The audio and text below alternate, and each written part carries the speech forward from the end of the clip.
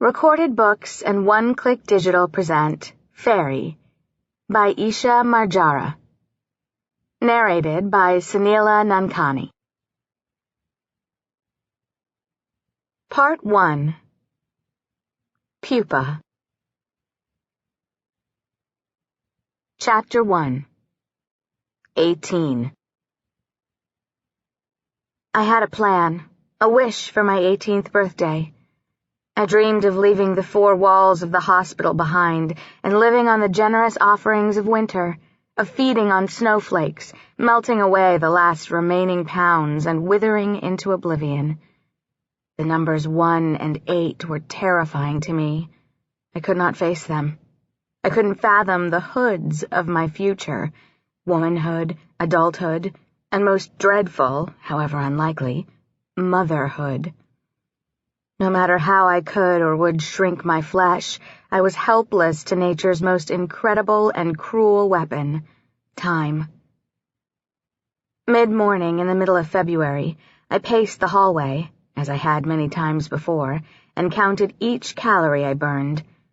On the 100th, I stationed my 68-pound, 5'3" frame in front of the hospital's elevator, while all official eyes were elsewhere. When the doors opened, I made my escape.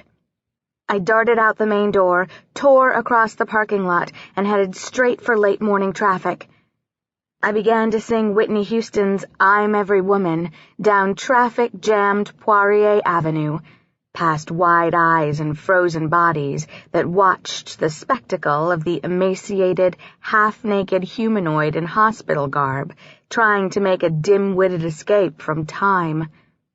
I belted the song from the hollow pit of my stomach, but my vocal cords could only produce ghost words, breathless puffs that dissipated into the frigid air. I dashed down the sloping road and into a hazy cloud of exhaust fumes that rose into the heavens and into my lungs. Shuffling through the snow, I went deeper into downtown, where I saw zombie expressions on the faces of commuters and shoppers who, for a moment, stood still as I passed them, attempting to weave a story from this incongruent scene.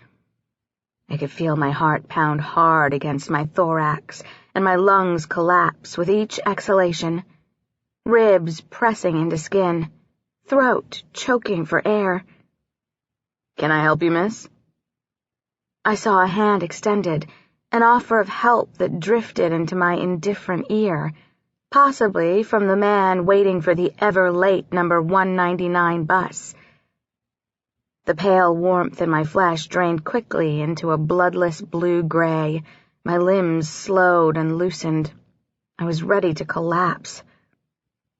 Oh, finally, I thought. Finally, this is the absolute end. The end of me. The end of time as I knew it. Then, when the shock of winter penetrated my bones, my mother's face appeared to me. I froze in the memory of her embrace. I was cured of the fatal rules of time and of weight. And then I was back in time again.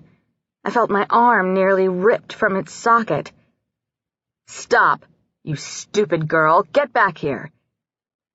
The white coats and residents had caught up.